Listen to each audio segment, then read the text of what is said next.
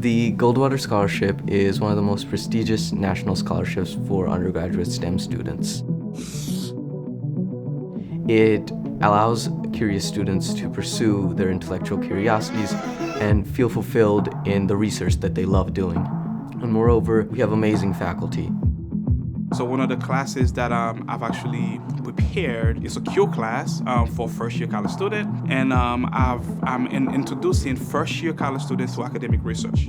I think by giving them this experience, they are more prone to actually go into research. KSU was a perfect place for me, really. At least in my case, that actually enabled me to get an internship over this past summer at CERN, which was huge. Being able to represent Kennesaw State University, being able to represent the United States as well in general at a lab like that was fantastic.